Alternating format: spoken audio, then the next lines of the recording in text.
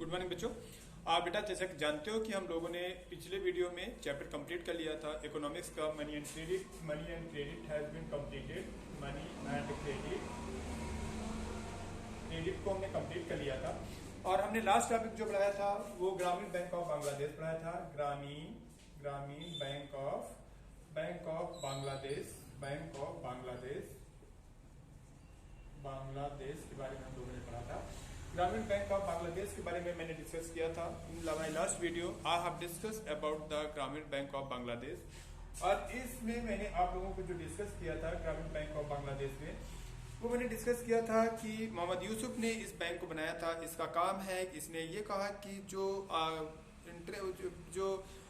Credit जो डेप्ट में पैसा लेना, जो लोन लेना होता है वो एक ह्यूमन राइट है और ये डोर टू दरवाजे पर जाकर के डोर टू डोर जाकर के आपको क्रेडिट अवेलेबल कराती है। कोई कोलेटरल की जरूरत नहीं है। You have to be the member of the borrower groups and easily can take the loan. तो मैंने बताया था कि इसने काफी बांग्लादेश में पॉवर्टी को रिड्यूस करने में काफी हेल्पफुल प्रूव हुई है ये bank and this bank has proved very helpful in क्या कहते हैं reduction of the poverty in Bangladesh. आज जो मुझे पढ़ना है तो मैंने कहा था कि मैं इस चैप्टर को समराइज करूंगा, शॉर्ट में समराइज करूंगा, पूरे चैप्टर की इंपॉर्टेंट चीजें बताऊंगा और इसके बाद फिर हम लोग आगे टॉपिक में चलेंगे जो हमें दिमाग में रखनी चाहिए। फिर उनसे जो क्वेश्चन डिजाइन करेगा हम लिख सकते हैं अगर ये चीजें मेरे दिमाग में हैं तो। इसके बाद फिर हम लोगों का ज्योग्राफी का कोई चैप्टर स्टार्ट करेंगे। तो बच्चों मैं आप लोगों को आज जो समझा रहा हूँ वो मैं ये समझा रहा हूँ कि सबसे पहले आते हैं कि इस चैप्टर की इंपॉर्टेंट चीजें अगर हम देखें तो मोस्ट इंपॉर्टेंट थिंग्स आता है कि what is barter systems. I have discuss about barter system that ancient times when there was no money at that time the things were directly changed by the things that system was known as a barter system and then इसे double CC commodity to commodity system भी कहा जाता है और इसे double CC RC to C के नाम से भी जाना जाता है या कमोडिटी टू कमोडिटी सिस्टम के नाम से भी जाना जाता है। फिर मैंने बताया था कि what are the inconveniences of the barter system. Then I have told you that inconveniences of the barter systems are lack of double coincident of wants, lack of double coincident of wants. मुश्किल होता है कि दोनों आप बंदे एक ही चीज को जो एक दूसरे को चाह रहे हो, एक दूसरे के नीड को फुलफिल कर रहे हो, चीजें चेंज कर जाओ। ऐसा divisibility, storage problems, divisibility, deferred payments, these were a lot of challenges in the water system या inconveniences in the water system.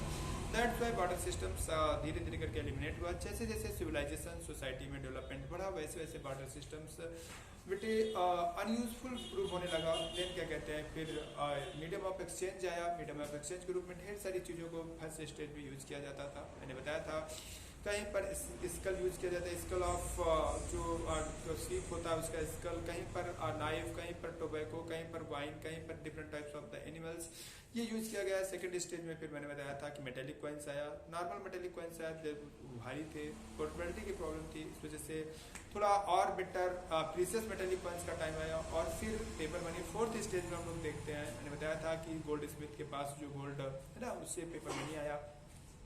After paper money फिर मॉडर्न करेंसी आई। फिर मैंने मॉडर्न करेंसी के बाद फंक्शन ऑफ मनी बताया था। तो दो तरीके के contingent function, normal functions, value decide करना, मीडियम ऑफ एक्सचेंज के रूप में वर्क करना, वैल्यू ट्रांसफर होना, these are the normal functions of the और कॉन्टीजेंट फंक्शन पे मैंने बताया था कि पर कैपिटा इनकम, ठीक है, नेशनल इनकम, इसको जोड़ करके मैंने आप लोगों को एक्सप्लेन करने की कोशिश किया था। फिर इसके बाद आगे हम लोग चलते हैं बच्चों। तो इस टॉपिक का इंपॉर्टेंट पोर्शन जो हम देखते हैं वो देखते हैं issued of currency. Very important है कि करेंसी मैंने बताया था कि जो मॉडर्न करेंसी है इसे इशू करने का राइट सिर्फ हमारे आरबीआई को है, रिजर्व बैंक ऑफ इंडिया को है। आरबीआई भारत सरकार का सेंट्रल बैंक होता है और इसे मोनोपोली राइट है कि 2 रुपीज से लेकर के मल्टी पेमेंट 2000 रुपीज तक की जो प्रेजेंट टाइम पे रन कर रही है उतनी तक की नोट छापने का अधिकार सिर्फ हमारे आरबीआई को है। जबकि RBI is responsible and 1 rupees का नोट मैंने बताया था कि इस फाइनेंस डिपार्टमेंट के चीफ सेक्रेटरी के थ्रू ये रिले किया जाता है, बनाया जाता है। आफ्टर दैट इसके बाद फिर मैंने बच्चों आप लोगों को जो एक्सप्लेन किया कि इसके बाद I have told you that cheque क्या होता है, चेक पेमेंट क्या होता है और बैंक डिपॉजिट क्या होता है। ठीक है, तो मैंने बताया था कि बैंक डिपॉजिट क्या होता है। ये नॉर्मल चीजें हैं बेटे, प्रैक्टिकल से जुड़ा हुआ चैप्टर है, प्रैक्टिकल लाइफ से जुड़ा हुआ है। डिपॉजिट क्या होता है, एक्स्ट्रा मनी जो किसी बंदे के पास होता है वो डिपॉजिट करता है जाकर के बैंक में। In this way he become double profitable. First he secure his money by depositing in the bank and second he is getting also the interest. ठीक है, तो ये मैंने बताया था। फिर मैंने बताया था दो तरीके के डिपॉजिट होते हैं, एक एक डिमांड डिपॉजिट और एक फिक्स डिपॉजिट। डिमांड डिपॉजिट वो होता है बेटा कि जो आ, आप एक पर्टिकुलर टाइम के लिए नहीं, आप जब भी चाहे तब भी उसे विड्रॉ कर सकते हैं, उसे कहते हैं डिमांड डिपॉजिट। और एक होता है फिक्स डिपॉजिट, एक पर्टिकुलर टाइम के लिए आपने फिक्स कर दिया, उस पर्टिकुलर टाइम के बाद ही आप पैसे को विड्रॉ करेंगे, तो उसे कहते हैं हम लोग फिक्स डिपॉजिट। तो डिमांड डिपॉजिट, फिक्स डिपॉजिट। फिर हम आते हैं कि डिपॉजिट के बाद फिर आते हैं चेक। चेक के बारे में मैंने बताया था कि चेक बैंक के थ्रू इशू किया गया पेपर होता है, बैंक के लिए इंस्ट्रक्शन होता है कि this particular amount should be paid to this particular person on whose name cheque has been issued. ठीक है। फिर इसके बाद बच्चे मैंने बताया था लोन एक्टिविटीज। तो लोन एक्टिविटीज के बारे में मैंने बताया था कि there are 2 types of the loan activities. पहला आप लोगों का जो होता है बच्चों वो फॉर्मल लोन एक्टिविटीज के बारे में मैंने बताया था कि फॉर्मल वो होते हैं जैसे बैंक है, कोऑपरेटिव है, सारी बैंक हैं, ये formal sectors of the loan की होती हैं, जहाँ पर विद फॉर्मेलिटी और डॉक्यूमेंटेशन के बाद लोन प्रोवाइड किया जाता है। और इसमें मैंने किसान क्रेडिट कार्ड को खासकर एक्सप्लेन किया था, आप लोग याद रखिएगा किसान क्रेडिट कार्ड इंपॉर्टेंट है। और इसके बाद दूसरा जो आता है अब वो मैंने बताया था कि इनफॉर्मल। तो इनफॉर्मल में मैंने बताया था कि आपके फ्रेंड्स हो गए, मनी लेंडर हो गए, साहूकार हो गए, बैंक आलतिया हो गए, बनिया हो गए, all these are the sources of the demand deposit. Demand deposit के वो क्या नाम से इनफॉर्मल सेक्टर ऑफ लोन के सोर्सेज होते हैं। फिर बच्चों फॉर्मल इनफॉर्मल के बाद मैंने आपको 2 केसेस बताए थे कि बैंक के थ्रू किया गया फाइनेंस जो होता है वो कितना % कैसे प्रॉफिटेबल हो सकता है और कैसे लॉसफुल भी हो सकता है।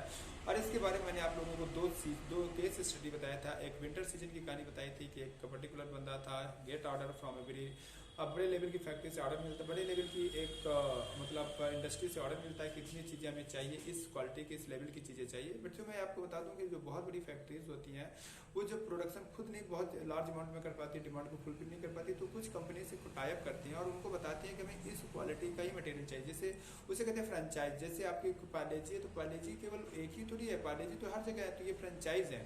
इनको मेन कंपनी अपने फ्रेंचाइज देती है और ये कह करके देती है कि आपको इस क्वालिटी को मेंटेन करना होगा, जो हमारी क्वालिटी है, जिस क्वालिटी के लिए हम जाने जाते हैं उस क्वालिटी को यू हैव टू मेंटेन। तो कंपनी कभी कभी ऐसा करती है कि जब वो चीज़ों को फुलफिल नहीं कर पाती तो दूसरे को ऑर्डर दे देती है कि आप इस क्वालिटी में बनाइएगा और इस क्वालिटी को बनाने के बाद फिर क्या कहते हैं आप हमें दे दीजिएगा, हम अपना लेवल दे करके उसे बेचेंगे। ठीक है, लेकिन क्वालिटी पे कोई कॉन्ट्रैक्ट नहीं होना चाहिए। फॉर एग्जाम्पल के तौर पर जो पहले सूबेदारगंज में जो बेटे जीप फैक्ट्री थी, पहले वो अपने नाम से बेचती थी, फिर बाद में उसका रजिस्ट्रेशन जो भी कैंसिल हुआ हो तो वो केवल प्रोडक्ट करती थी, प्रोडक्ट करके अपने प्रोडक्ट को सेल की कंपनी में बेचती थी और वो लोग अपना लेवल दे करके उसके बेचते थे। तो ऐसा होता है। तो इस तरीके से बच्चों क्या कहते हैं मैंने बताया था कि वो उनको ऑर्डर मिला और फिर उन्होंने बैंक से पैसा लेकर के उस ऑर्डर को फुलफिल किया और प्रॉफिट गेन किया और बैंक का पैसा जमा कर दिया। तो ये गेट वेरी गुड प्रॉफिट। तो ये एक क्या कहते हैं गुड प्रॉफिटेबल था टू टेक द लोन। और वहीं पर मैंने एक लेडी के बारे में बताया था कि लेडी कैसे बैंक से कर्ज लेती हैं बट अनेबल हो जाती हैं पे करने में, बिकॉज उनका जो क्रॉप होती है वो फेलियर हो जाती है और उसका रिजल्ट फिर सी हैव टू फेस। ठीक है, तो ये मैंने बताया था कि उन्हें बाद में कर्ज देने के लिए, कर्ज को वापस करने के लिए अपने पीस ऑफ लैंड को भी बेचना पड़ता है। तो it is a very critical recovery of the bank loan. And इसके बाद फिर बच्चों मैंने आप लोगों को जो बताया after that I have explain that what is self help group. Important है, वेरी मच इंपॉर्टेंट है what is self help group. ठीक है, तो सेल्फ हेल्प ग्रुप के बारे में मैंने बताया था it is the group of the peoples, because मैंने बताया था। और हाँ, एक वेरी इंपॉर्टेंट टर्म मैंने बताया था कि लोन लेते समय हमें कोलेटरल की जरूरत पड़ती है। तो कोलेटरल क्या होता है? कोलेटरल एक तरीके से प्लेज होता है, एक गारंटी होती है to pay the loan bank का, and it is the assets या property, permanent property of the borrower. Borrower की प्रॉपर्टी होती है विच इज जो से हम जिससे हम लोग क्या करते हैं, हम लोग उसे गिरवी एक तरीके से बैंक के साथ उसका डॉक्यूमेंटेशन होता है कि अगर person is unable to repay the loans then this property should be hired by the bank. तो it is a place for the repaying the loans to the bank by the borrowers. ठीक है, तो इस तरीके से मैंने collateral बताया। तो मैंने बताया था कि लॉट ऑफ बंदे ऐसे हैं इंडिया में जिनके पास कोई कोलेटरल नहीं है। इस सिचुएशन में बेटे वो लोग बैंक से लोन लेकर के अपने कुछ को स्वरोजगार करना चाहते हैं, सेल्फ एम्प्लॉयमेंट होना चाहते हैं। तो इस सिचुएशन में they need money and they can not get the money from the bank because of the lack of collateral. तो भारत सरकार ने नियम बनाया कि अगर ऐसा कर दिया जाए, ग्रुप को बना दिया जाए, और ग्रुप ही क्या कहते हैं आप फाइनेंस, ग्रुप के नाम पर फाइनेंस किया जाए। तो ये मैंने बताया था, इस ग्रुप को SHG कहते हैं, which have to deposit basic amount to the group and the group activate to that money to distribute as a loan to every persons of the group he needs and person have to repay the money after a particular fixed period and with a very minute interest. Okay, and it is if run this process is it runs in the observation of the bank, then bank accept to that group as a SHG self-help group and started to finance the group so that members of the self-help group can take the loans on the name of the group recovery. तो वो अपने नाम पे loan लेते हैं, लेकिन group जिम्मेदार होता है कि तो ठीक है कि अगर बंदा वापस नहीं करता तो बाकी लोगों को ये भगता है, तो बाकी लोगों को रिस्पॉन्सिबल होना पड़ेगा। तो इस तरीके से बच्चों ये SHG कहते हैं। और SHG के बाद फिर मैंने आप लोगों को ब्रॉडली पढ़ाया था Bank of Bangladesh founded by mister Mohammad Yusuf, which has revolutionary changes in the reduction of the poverty in Bangladesh. He is Nobel Prize winner of economics.